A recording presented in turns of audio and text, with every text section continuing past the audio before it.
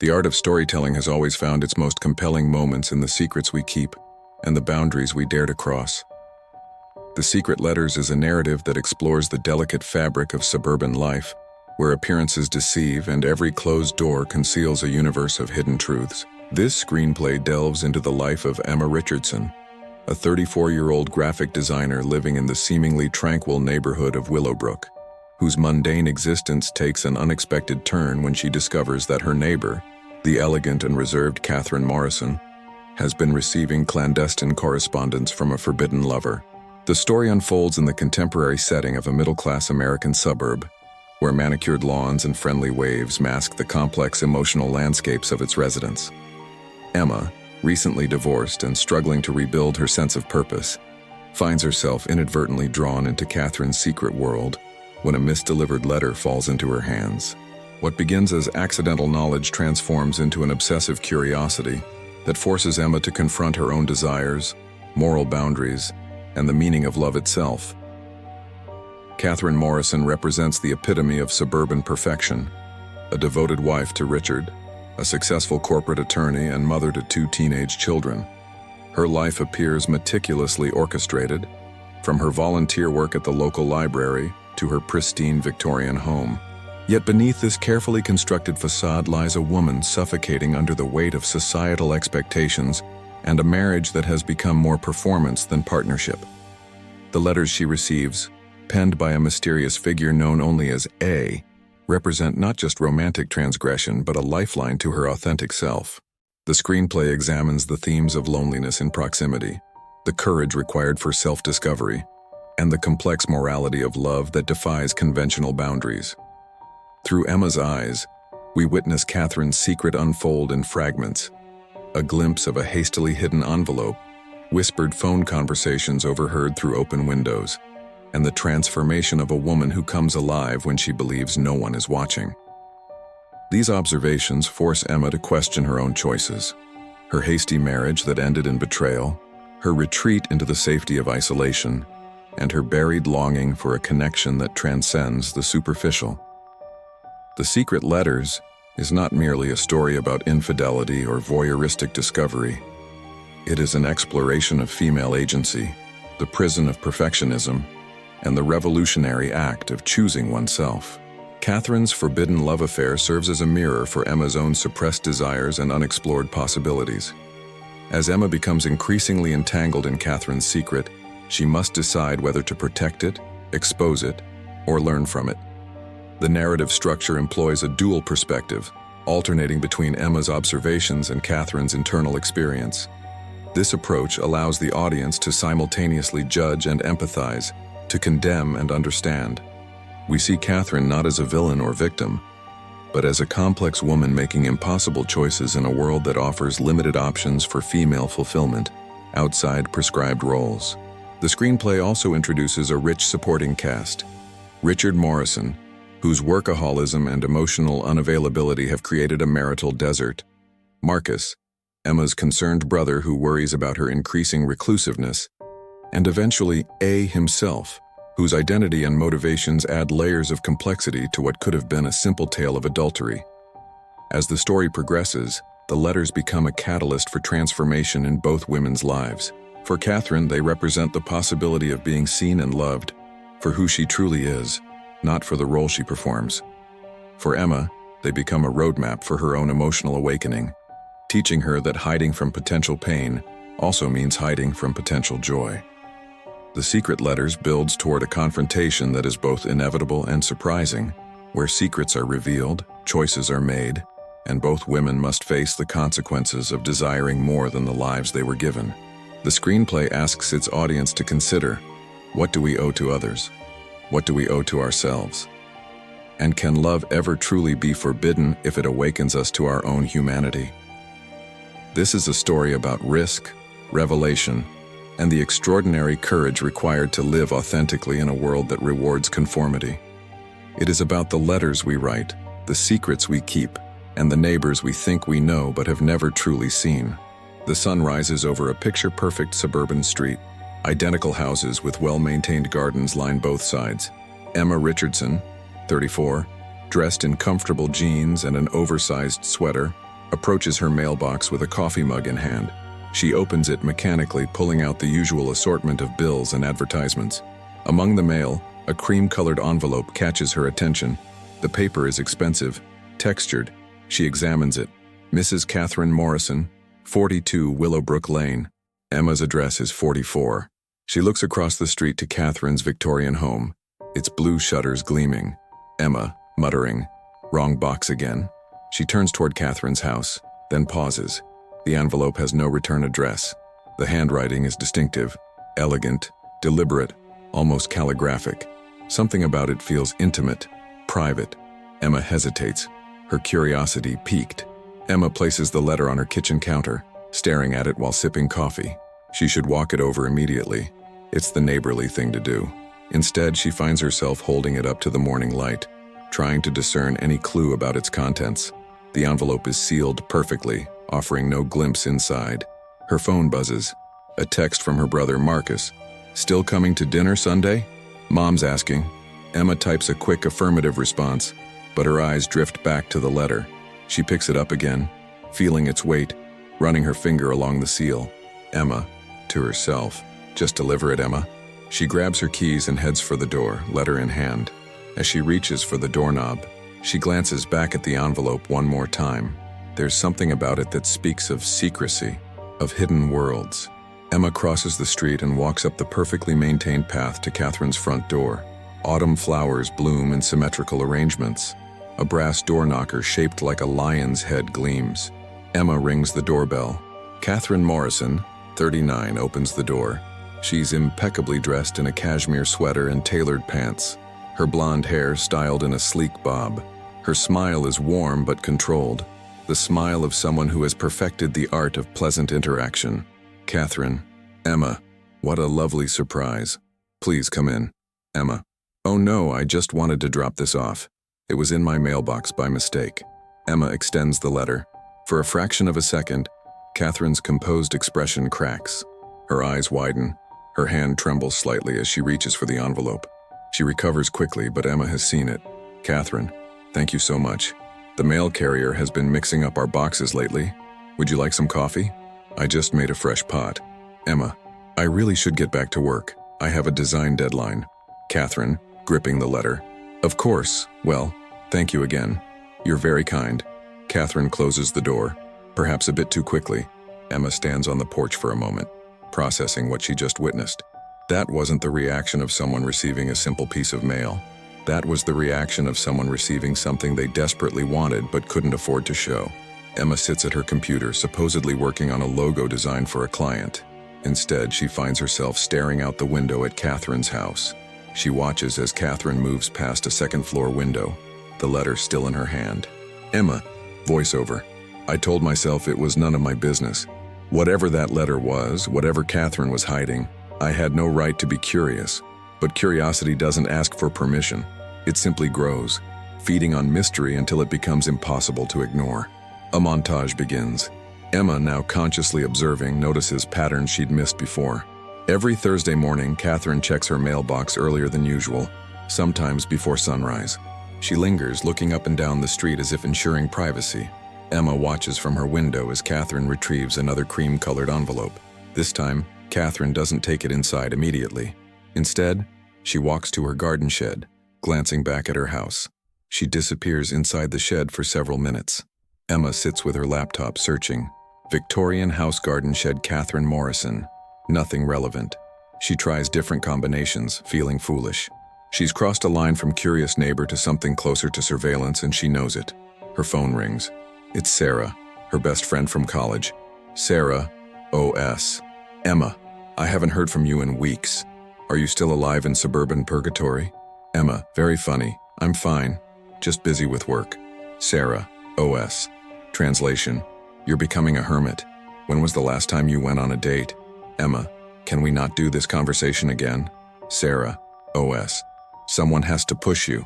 You can't hide forever because Daniel was an idiot." Emma's jaw tightens at the mention of her ex-husband. She changes the subject, but Sarah's words linger. Is she hiding? Is her fascination with Catherine's secret just a way to avoid confronting her own stagnant life?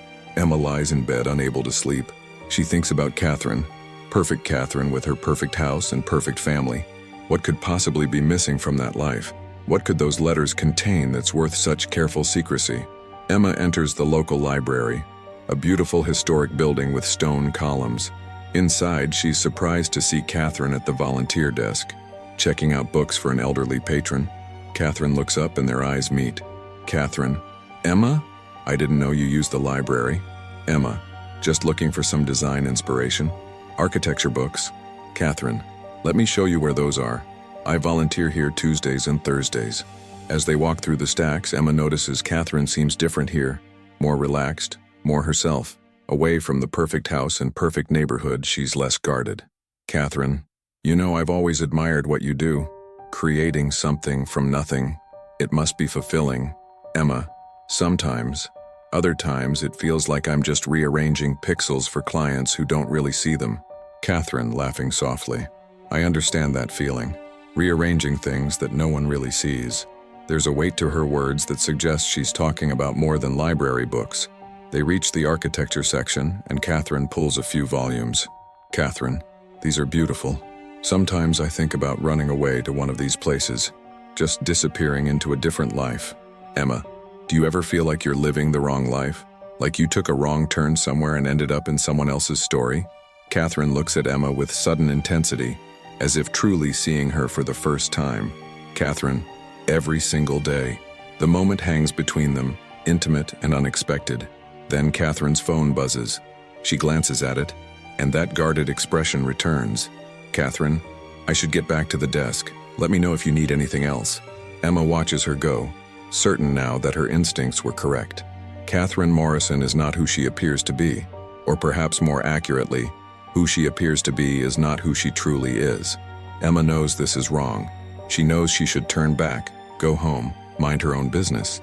But she finds herself walking past Catherine's house for the third time this week, timing her evening walk for when she knows Richard works late and the kids are at their activities. The garden shed sits at the back of the property, partially hidden by rose bushes. Emma glances around. The street is empty. Before she can overthink it, she slips through the side gate. The shed door is locked, but the window is slightly open. Emma peers inside. What she sees stops her breath. Dozens of letters, organized in bundles tied with silk ribbon. They line a shelf along with a small reading chair, a lantern, and pressed flowers between glass. This isn't just where Catherine hides letters. This is a sanctuary, a secret room within her life where she can be whoever these letters allow her to be. Suddenly, footsteps on gravel. Emma ducks behind the rose bushes, her heart pounding. Catherine appears, looking around cautiously before unlocking the shed. She's carrying something, another cream envelope. Emma watches through the roses as Catherine enters her sanctuary. Through the window, Emma sees Catherine open the letter with trembling hands.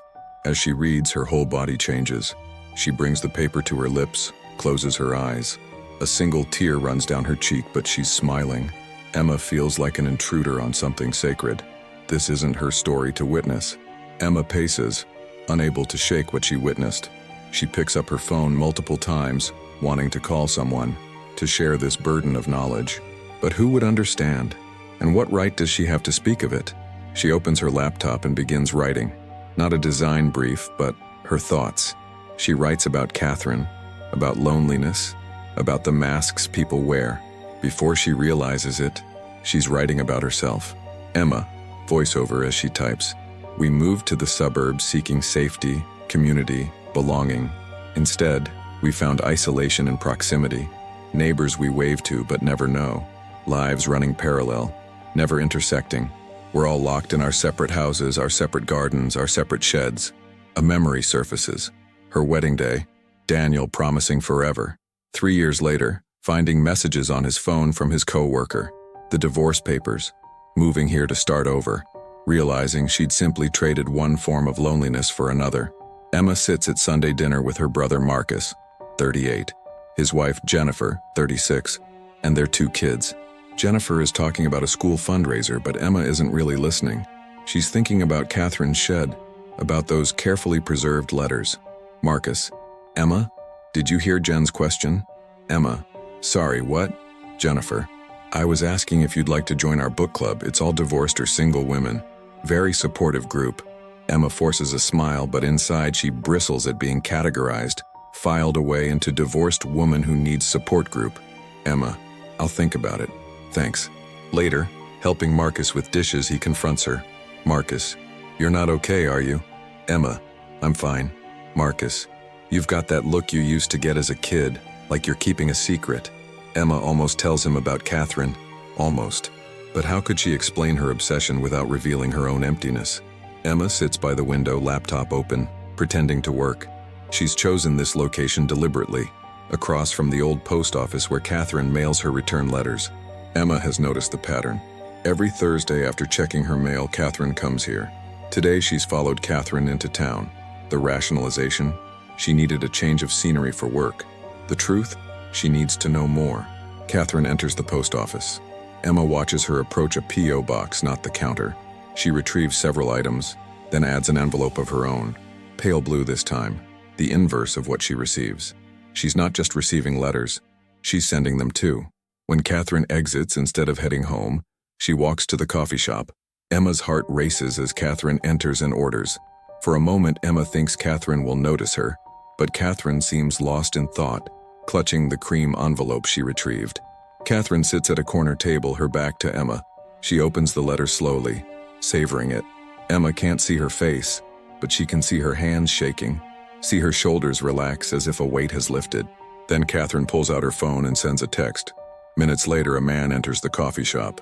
He's perhaps 45, distinguished, dressed in casual but expensive clothing. He carries himself with quiet confidence.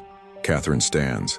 They don't touch, don't embrace, but the air between them crackles with intimacy. This must be A. They sit, and Emma watches their careful choreography. They sit across from each other, never side by side. They talk quietly, intensely.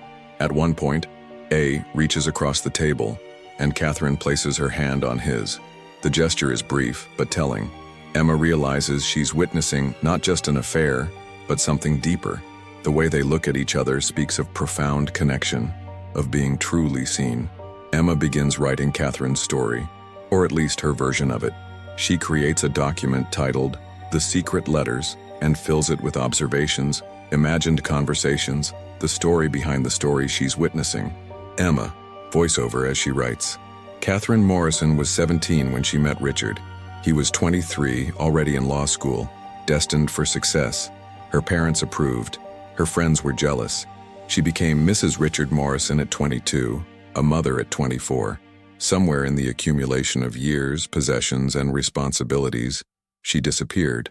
Not suddenly, but gradually, like a photograph left in sunlight.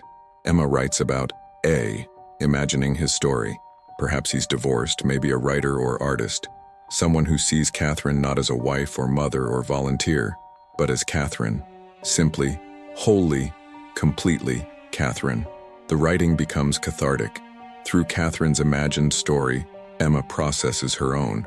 She writes about Daniel, about the moment she realized being married to him meant being invisible. She writes about moving to Willowbrook, thinking she could rebuild herself in a new place, only to discover she'd brought her loneliness with her. We see Catherine in her perfect house. Her husband Richard arrives home late, kisses her cheek absently, asks what's for dinner. He talks about his day, never asking about hers. Her children, teenagers now, are absorbed in their phones. Catherine excuses herself, goes to her bedroom, retrieves the latest letter from where she's hidden it between the pages of a book no one else in the house would read. She reads it again, and for those moments, she's somewhere else entirely. This is what the letters provide. Not escape, but existence. In A's words, she exists fully. She's not playing a role. She's simply being. Emma is returning from a walk when she sees Richard Morrison pulling into his driveway earlier than usual. His face is storm dark. He slams the car door and marches into the house without his usual pause to check the mailbox or survey his domain. Minutes later, raised voices carry through open windows. Emma shouldn't listen. She should go inside. Instead, she finds herself frozen on the sidewalk, close enough to hear. Richard, OS. How long? How long have you been lying to me? Catherine, OS. Richard, please, let me explain. Richard, OS. Explain you're having an affair. What possible explanation? Catherine, OS. I'm not having an affair, not in the way you think. Richard, OS. I found the letters, Catherine, in that damn shed. Love letters from another man. Emma's blood runs cold. He found the sanctuary. He invaded the one space Catherine had kept for herself. Catherine, OS. You went through my private things? Richard, OS. Private? You're my wife. You don't get to have private things like this. The front door opens and Catherine runs out, still in her house dress, no shoes. She's crying, her perfect composure shattered. Richard follows, grabbing her arm. Richard, get back in this house. We're not making a scene for the neighbors. Catherine wrenches her arm away, and for the first time since Emma has known her, Catherine's voice rises, clear and strong. Catherine, I've spent 20 years not making a scene. 20 years being the perfect wife, the perfect mother, living in your perfect house. I'm done. She runs to her car, fumbles with the keys, drives away. Richard stands in the driveway, face red, fists clenched. He notices Emma watching and glares at her before storming back inside. Emma stands alone on the sidewalk, her heart pounding. She spent weeks observing Catherine's secret. Now it's exposed, and Emma realizes with sharp clarity she should have minded her own business. Emma sits in the same corner where Catherine and A met, nursing her third cup of coffee.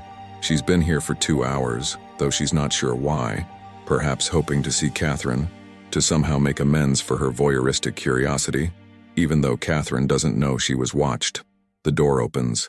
Catherine enters, and for a moment doesn't see Emma. She looks different. No makeup, hair in a simple ponytail, wearing jeans and a sweater. She looks younger and somehow more real. Their eyes meet. Catherine approaches. Catherine, may I sit?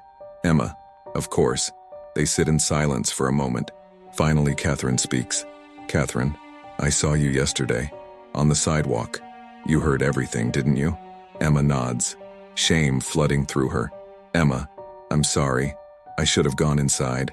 I shouldn't have. Catherine, been curious? Wondered about the neighbor who seemed to have everything figured out? Emma, something like that. Catherine orders coffee, then returns to the table. When she speaks again, her voice is quiet but steady. Catherine, his name is Andrew. He was my English professor in college before I met Richard. We fell in love, but my parents thought he was unsuitable, too artistic, not ambitious enough. I chose the safe path. I chose Richard. 10 months ago, I saw Andrew at an exhibition. We started writing letters, just letters. Beautiful, intimate, honest letters. Emma, you don't have to explain to me. Catherine, I want to. I need someone to understand. We never met in person, except for coffee twice. We never kissed, never touched beyond that one moment you saw. But Richard's right. It was an affair, an emotional affair, maybe the most profound relationship I've ever had. Emma, what happens now? Catherine, I'm staying with my sister. Richard wants counseling, wants to fix this, but I'm not sure I want to be fixed. Maybe I'm not broken. Maybe I'm just finally waking up. Catherine reaches across the table and takes Emma's hand. Catherine, you're divorced, aren't you? I remember you mentioning it once. Emma, 2 years ago. My husband had an actual affair, the physical kind. Catherine, and you're happier now? Emma considers this honestly.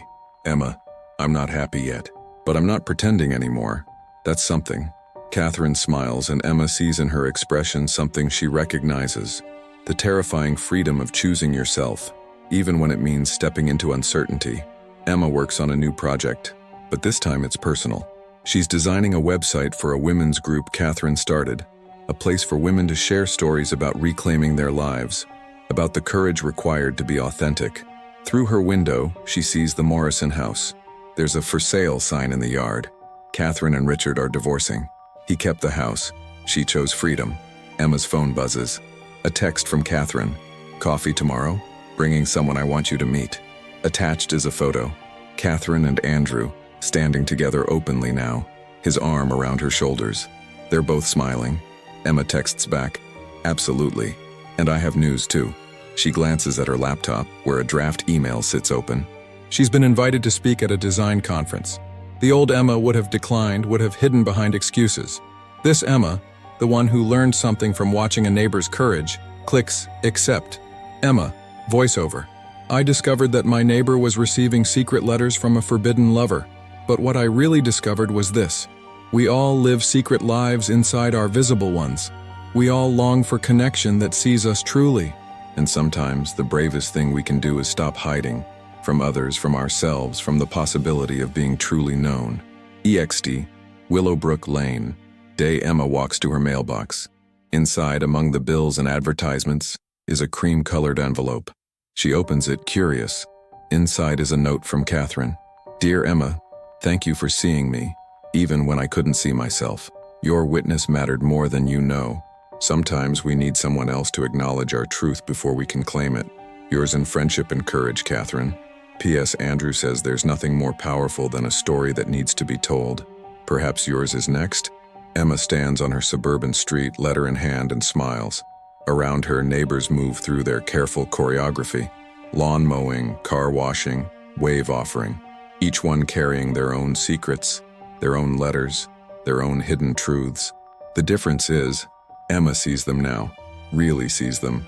And in seeing them, she's finally learning to see herself. She walks back to her house, pulling out her phone. She calls Sarah. Emma, remember how you keep bugging me to date again? Let's talk about it. I think I might be ready. She enters her house, leaving the door open behind her.